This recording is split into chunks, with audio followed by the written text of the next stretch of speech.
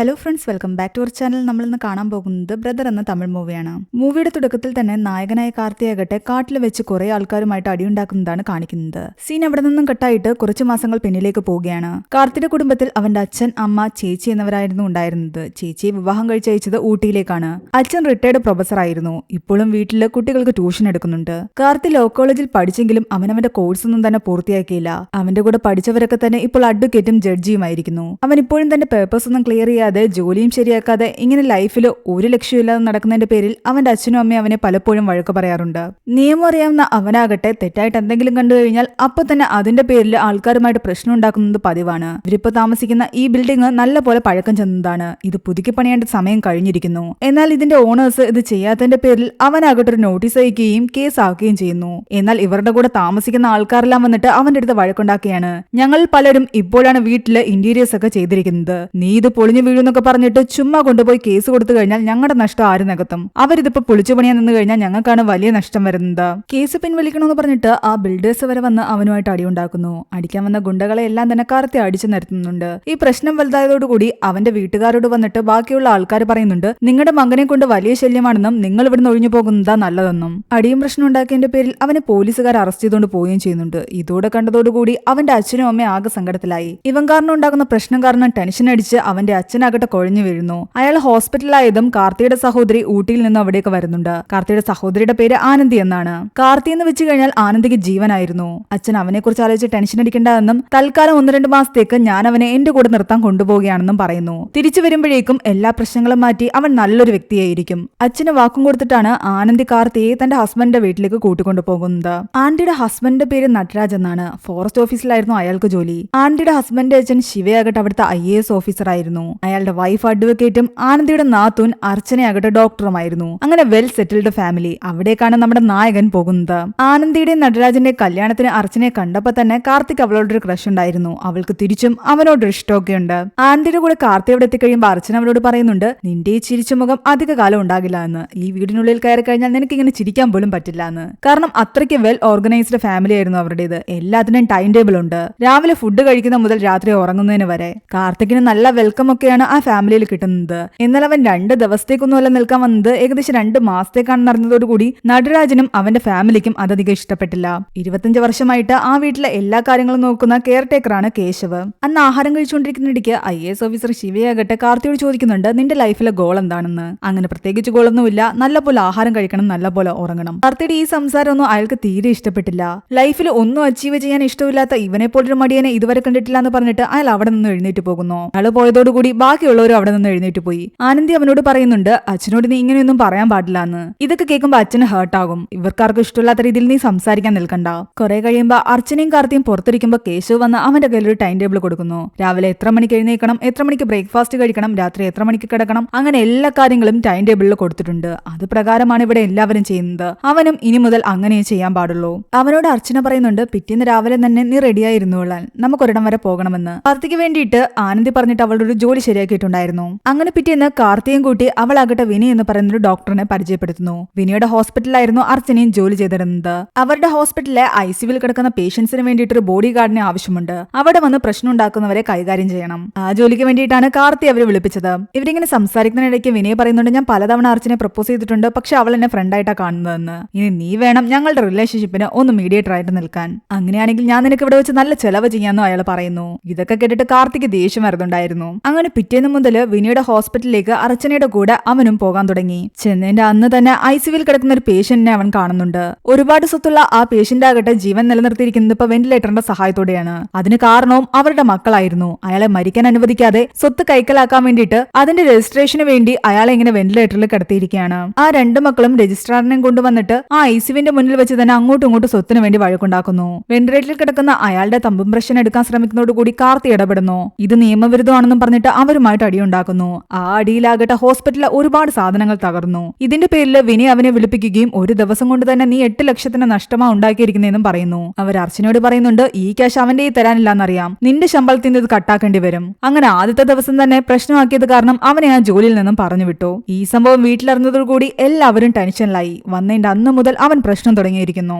ആ ജോലി പോയ സ്ഥിതിക്ക് അവന് താനൊരു ജോലി വാങ്ങിക്കൊടുക്കാന്ന് പറഞ്ഞിട്ട് ആനന്ദിയാകട്ടെ അവളുടെ സ്കൂളിലേക്കാണ് അവനെ അടുത്തതായിട്ട് കൊണ്ടുപോകുന്നത്. അവിടുത്തെ PT സാർ സാറിന് ഇഞ്ചുറി പറ്റിയിട്ട് കുറച്ച് നാളായിട്ട് വരുന്നുണ്ടായിരുന്നില്ല. അതുകൊണ്ട് ആ പോസ്റ്റിലേക്ക് അവനെ നിയമിക്കുന്നു. എന്നാൽ ഫസ്റ്റ് ഡേ തന്നെ അവൻ PT പീരീഡിൽ കുട്ടികളെ നോക്കുമ്പോൾ കാണാത്ത കാരണം നേരെ ക്ലാസ് റൂമിലേക്ക് ചെല്ലുന്നു. അവിടെ PT പീരീഡിൽ ഒരു മാത്സ് ടീച്ചർ ആകട്ടെ ക്ലാസ് എടുത്തുകൊണ്ടിരിക്കുകയായിരുന്നു. ഇവനതിനെ ചോദ്യം ചെയ്തിട്ട് ആ ടീച്ചറുമായിട്ട് വഴക്കുണ്ടാക്കുകയാണ്. ഇതിന്റെ പേരിൽ ആ ടീച്ചർ പ്രിൻസിപ്പലിനെ കംപ്ലൈന്റ് ചെയ്യുകയും ഫസ്റ്റ് ഡേ തന്നെ ഇഷ്യൂ ഉണ്ടാക്കിയതിന്റെ പേരിൽ അവൻ ആ ജോലി കിട്ടുന്നതിന് മുൻപ് തന്നെ പോവുകയും ചെയ്തു. പ്രശ്നങ്ങൾ ഇങ്ങനെ നിരന്തരമായതോടുകൂടി വീട്ടുകാരാകട്ടെ ഒരു പൂജാരിയെ കൊണ്ടുവച്ചിട്ട് പൂജ നടത്തുന്നുണ്ട്. ഈ വീട്ടിലെ സമാധാനം നശിച്ചുവെന്നും അതിന്റെ കാരണം ആ നിൽക്കുന്നവനാണെന്നും പറഞ്ഞിട്ടാണ് അവർ ആ പൂജാരിയോട് പൂജ ചെയ്യാൻ പറയുന്നത്. എന്നാൽ ആനന്ദി എല്ലാവരോടും റിക്വസ്റ്റ് ചെയ്യുന്നുണ്ട്. അവള് തന്റെ അമ്മായിയച്ഛൻ ശിവയോട് പറയുന്നുണ്ട്, ഞാൻ ഇതുവരെയും നിങ്ങളോട് ആരോടും ഒന്നും തന്നെ ആവശ്യപ്പെട്ടിട്ടില്ല. ആദ്യമായിട്ട് ഞാനൊരു കാര്യം ആവശ്യപ്പെടുന്നത്, അവനെ കുറച്ചുനാള് ഇവിടെ നിർത്തി എങ്ങനെയെങ്കിലും ഒന്ന് നന്നാക്കണം. അതിനെല്ലാവരും ഒന്ന് ക്ഷമിച്ച് നിന്നെങ്കിലേ പറ്റൂ. ഒടുവിൽ ശിവ അതിന് സമ്മതിക്കുന്നു. ഒരു കാര്യം ചെയ്യും, ഞാൻ അവനെ നന്നാക്കി എടുക്കാന്ന് പറഞ്ഞിട്ട് അയാൾ അവനെ കൂടെ കൊണ്ടുപോവുകയാണ്. IAS ഓഫീസറായ ഈ ശിവയാകട്ടെ എല്ലാ കാര്യങ്ങളും റൂൾ പ്രകാരമേ ചെയ്യുമായിരുന്നുള്ളൂ. അതുകൊണ്ട് തന്നെ അയാൾക്ക് ലോക്കൽസ് ആയ ഗുണ്ടകളുടെ അടുത്ത് നിന്നും ഒരുപാട് ത്രെട്ട് ഉണ്ടായിരുന്നു. അങ്ങനെ ശിവയും കൂട്ടി ഇയാളെ തന്റെ ഓഫീസിലേക്ക് പോകുമ്പോൾ അവിടെ സൈഡിലായിട്ട് മലയോര നിവാസികൾ ഒരുപാട് പേര് കുറെ അപേക്ഷയുമായിട്ട് നിൽപ്പുണ്ട്. എന്നാൽ ശിവ അതൊന്നും കണക്കാക്കാതെയാണ് അകത്തേക്ക് കയറി പോകുന്നത്. ശരിക്കും ഈ ആൾക്കാർ വന്നിരിക്കുന്നത് എന്തിനാന്ന് വെച്ച് കഴിഞ്ഞാൽ അവര് കാടിന്റെ സൈഡിലാണ് താമസിക്കുന്നത്. അവരുടെ താമസ സ്ഥലത്തിനടുത്തും കൃഷിയിടങ്ങളിലും എല്ലാം തന്നെ വന്യജീവികൾ കയറുന്നത് പതിവായിരുന്നു. ഇപ്പോൾ ഒരു കടുവ സ്ഥിരമായിട്ട് വന്നിട്ട് ആൾക്കാരെ ആക്രമിക്കുകയും കൊല്ലുകയും ചെയ്യുന്നു. അതുകൊണ്ട് ഇലക്ട്രിക് വേലി നിർമ്മിക്കണമെന്ന് പറഞ്ഞിട്ട് അവർ അപേക്ഷ കൊടുത്തിട്ട് അത് ഏകദേശം സാങ്ഷനായി കിടക്കുകയുമാണ്. എന്നാൽ അതിന്റെ പ്രവർത്തനങ്ങൾ തുടങ്ങാത്തതിന്റെ പേരിലാണ് അവരിപ്പോൾ വീണ്ടും വന്നിരിക്കുന്നത്. ശിവ ഇത് തുടങ്ങാത്തതിന്റെ പിന്നിൽ മറ്റൊരു കാരണമുണ്ടായിരുന്നു. കാരണം അവിടെ ഒരു റിസോർട്ട് വരാൻ പോവുകയാണ്. ഈ ഇലക്ട്രിക് വേലി വന്നു കഴിഞ്ഞാൽ ആ റിസോർട്ടിനെ അത് ബാധിക്കും. MB ലെവലിൽ നിന്ന് ശിവയ്ക്ക് നല്ല പ്രഷറുണ്ട്. അതുകൊണ്ടാണ് ആ ഇലക്ട്രിക് വേലി ഇപ്പോൾ സ്ഥാപിക്കാതെ ഇരിക്കുന്നത്. ഈ സംഭവങ്ങളെല്ലാം അവരുടെ അടുത്തു നിന്ന് അറിഞ്ഞ കാർത്തിയാകട്ടെ ഒരു പ്ലാൻ ഇടുന്നു. അവിടെ ഉണ്ടായിരുന്ന വണ്ടിയിൽ നിന്നും പെട്രോളെല്ലാം ഊറ്റിയെടുത്തിട്ട് ഇവരുടെ കയ്യിൽ കൊടുത്തിട്ട് പറയുന്നുണ്ട്, നിങ്ങൾ സ്വയം ആത്മഹത്യ ചെയ്യുമെന്ന് പറഞ്ഞിട്ട് ഭീഷണിപ്പെടുത്താൻ. അവരതുപോലെ ചെയ്യുകയും ഇത് കണ്ടുകൊണ്ടുവന്ന ശിവയാകട്ടെ അവസാനം അവരുടെ ആവശ്യം നിറവേറ്റാമെന്ന് സമ്മതിക്കുകയും ചെയ്യുന്നുണ്ട്. ഇലക്ട്രിക് വേലിക്കുള്ള കാര്യങ്ങൾ ഒപ്പിട്ട് കൊടുക്കുന്നു. എന്നാൽ ഇതിന്റെ പിന്നിൽ കാർത്തിയുടെ തലയാണെന്ന് മനസ്സിലായ അയാളാകട്ടെ ആകെ ദേഷ്യത്തിലായി. ആ ജനങ്ങളാകട്ടെ കാർത്തിയെ തങ്ങളുടെ വീട്ടിലേക്ക് കൂട്ടിക്കൊണ്ടു പോവുകയും ഈ കാര്യങ്ങളെല്ലാം സാധിച്ചതിന്റെ പേരിൽ അവനോട് ഒരുപാട് നന്ദി പറയുകയും ചെയ്യുന്നുണ്ട്. അവൻ ഇതിനെപ്പറ്റിയെല്ലാം ഒരു വീഡിയോ എടുത്ത് യൂട്യൂബിൽ അപ്ലോഡ് ചെയ്യുന്നു. എന്നാൽ ഇതെല്ലാം IAS ഓഫീസർ ശിവയുടെ കാരുണ്യമാണ് എന്ന് പറഞ്ഞിട്ടാണ് അവൻ അതെല്ലാം അപ്ലോഡ് ചെയ്യുന്നത്. ഈ സംഭവം കൂടി വന്നതോടുകൂടി വീട്ടിലാകെ പ്രശ്നമായി. ഇവനെ ഇനി ഇവിടെ നിർത്താൻ പറ്റില്ലെന്നും എത്രയും പെട്ടെന്ന് തിരിച്ചയക്കണമെന്നുമാണ് ആനന്ദിയോട് എല്ലാരും പറയുന്നത്. എന്നാൽ ആനന്ദി അവരോട് റിക്വസ്റ്റ് ചെയ്യുന്നുണ്ട്, എനിക്കങ്ങനെ അവനെ തിരിച്ചയക്കാൻ പറ്റില്ല എന്നും ഞാൻ വീട്ടിൽ വാക്ക് കൊടുത്തിട്ടാ വന്നതെന്നും അതുകൊണ്ട് തൽക്കാലം ഇവനെ ഇവിടെ നിർത്തണമെന്ന്. എന്നാൽ ശിവ പറയുന്നുണ്ട്, ഇവനെ പറഞ്ഞിട്ട് കാര്യമില്ല, ഇവനെ വളർത്തി വലുതാക്കിയവരെ പറഞ്ഞാൽ മതി. ഇവനെ വളർത്തി വഷളാക്കിയത് അച്ഛനും അമ്മയാണെന്നും പറയുന്നു. ഇത് കേട്ടതോടുകൂടി ആനന്ദി ആകെ ദേഷ്യത്തിലായി. എന്നെ എന്റെ അനിയനെയും എന്റെ അച്ഛനും അമ്മയും നല്ല രീതിയിലാണ് വളർത്തിയെന്നാണ് അവള് പറയുന്നത്. അങ്ങനെ അങ്ങോട്ടും ഇങ്ങോട്ടും തർക്കമായതോടുകൂടി നടരാജും കാര്യത്തിൽ ഇടപെട്ടു.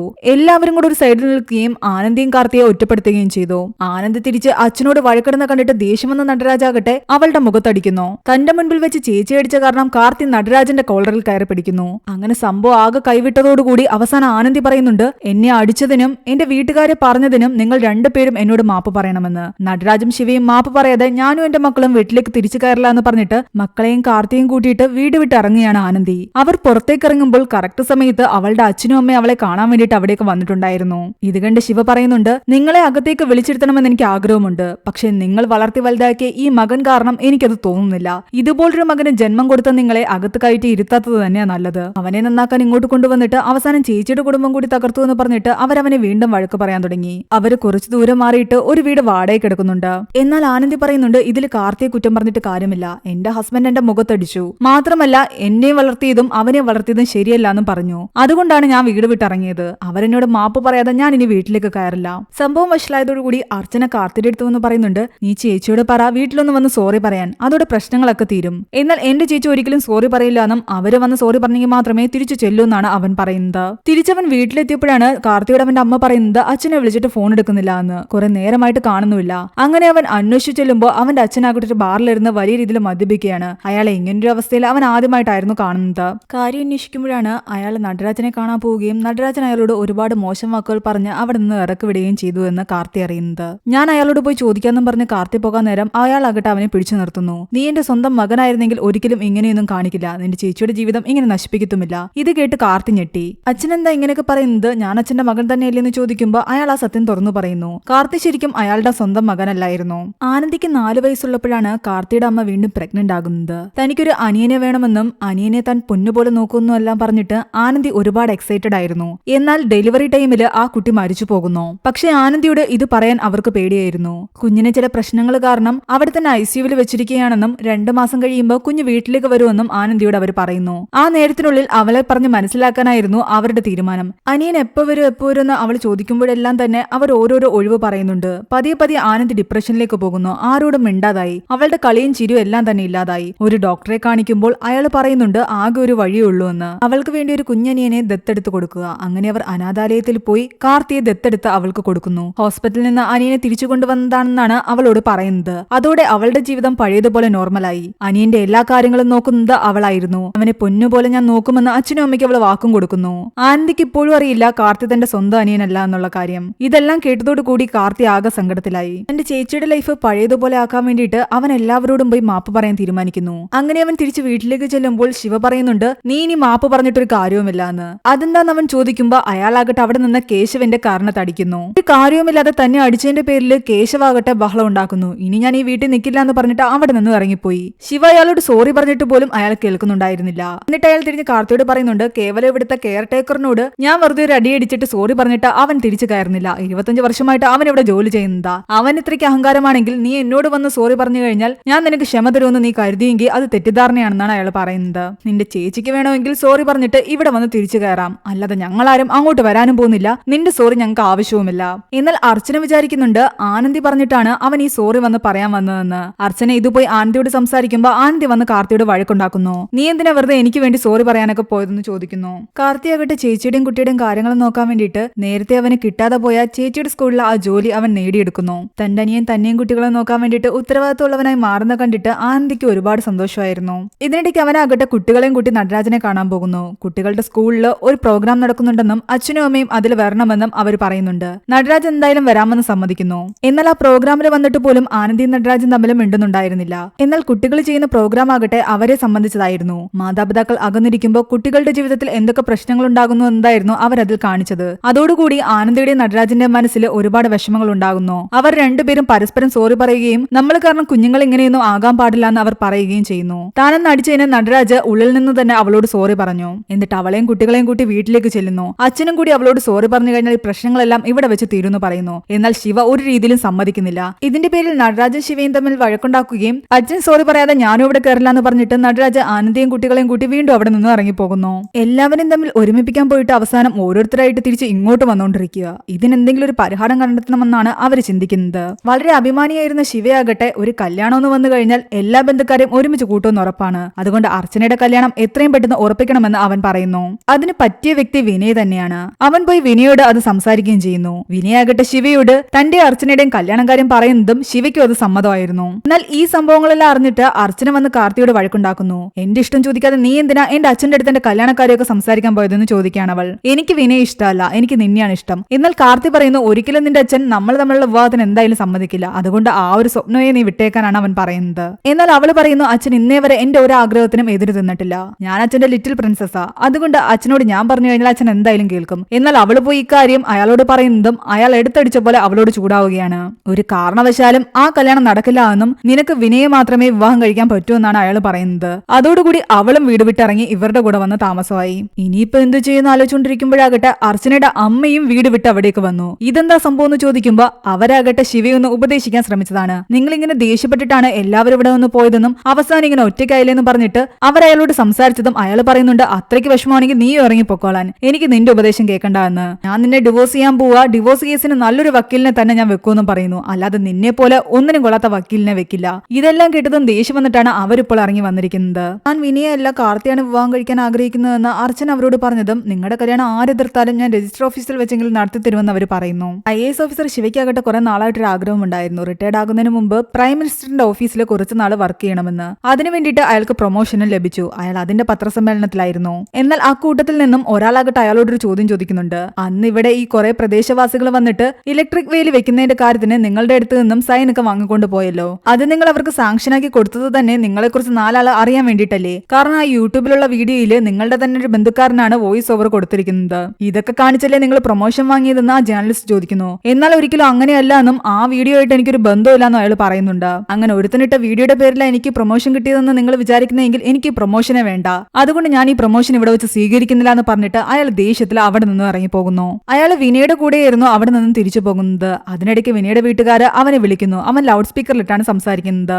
ആ അർച്ചന തങ്ങളെ ഫോണിൽ വിളിച്ചെന്നും ഈ വിവാഹത്തിനെങ്ങാനും നമ്മൾ സമ്മതിച്ചു വെച്ച് കഴിഞ്ഞാൽ നമ്മളെ എല്ലാരെയും വിഷം തന്ന് കൊല്ലുമെന്നാണ് അവൾ ഭീഷണിപ്പെടുത്തിയിരിക്കുന്നത്. ഒരു കാരണവശാലും അവരുടെ വീടുമായിട്ട് നമുക്കൊരു ബന്ധവും വേണ്ടെന്ന് വിനയോട് അവരുടെ വീട്ടുകാർ പറയുന്നു. ഇതെല്ലാം തന്നെ ശിവയും കാറിലിരുന്ന് കേൾക്കുന്നുണ്ട്. നിങ്ങളുടെ മകളെ നിങ്ങൾ മര്യാദയ്ക്കല്ല വളർത്തിയിരിക്കുന്നതെന്നും അവർക്ക് എന്ത് ധൈര്യവാ എന്റെ വീട്ടുകാരെ കൊന്നുകളയെന്നൊക്കെ ഇങ്ങനെ ഭീഷണിപ്പെടുത്താമെന്നും അവൻ ചോദിക്കുന്നു. എന്നാൽ ശിവ ദേഷ്യത്തിൽ അവനോട് പറയുന്നുണ്ട്, നീ മര്യാദയ്ക്ക് സംസാരിച്ചോളാൻ. കളക്ടർ ആയിരുന്നെങ്കിൽ നീ എന്നോട് ഇങ്ങനൊന്നും സംസാരിക്കില്ലായിരുന്നു. ഇത് കേട്ടതോ അവനൊന്ന് ഞെട്ടി. അപ്പൊ നിങ്ങൾ കളക്ടർ അല്ലേന്ന് ചോദിക്കുന്നു. ശരിക്കും അയാൾ തന്റെ കളക്ടർ സ്ഥാനം ഇപ്പോൾ ഒഴിഞ്ഞിരിക്കുന്നു. അതായത് ഇയാൾ പത്രസമ്മേളനത്തിൽ പരസ്യമായിട്ട് പ്രൊമോഷൻ വേണ്ടാന്ന് പറഞ്ഞതിന്റെ പേരിൽ അയാൾക്ക് മുകളിൽ നിന്നും വിളി വന്നിരുന്നു. പ്രൊമോഷൻ വേണ്ടെങ്കിൽ അത് മുകളിലോട്ട് അറിയിക്കാതെ പത്രസമ്മേളനത്തിൽ പറഞ്ഞത് ശരിയായില്ല എന്നും നിങ്ങളെ ഞങ്ങളായിട്ട് തന്നെ ഡീപ്രൊമോട്ട് ചെയ്യുകയാണെന്ന് പറഞ്ഞിട്ട് ശിവയെ അവർ കുറെ വഴക്ക് പറയുന്നു. ആ ദേഷ്യത്തിൽ ശിവയാകട്ടെ എനിക്ക് നിങ്ങളുടെ ജോലിയും വേണ്ട ഒന്നും വേണ്ട എന്ന് പറഞ്ഞിട്ട് നേരത്തെ തന്നെ VRS എടുക്കുകയാണ്. അത് കാരണം അയാൾ ഇപ്പോൾ കളക്ടർ അല്ല.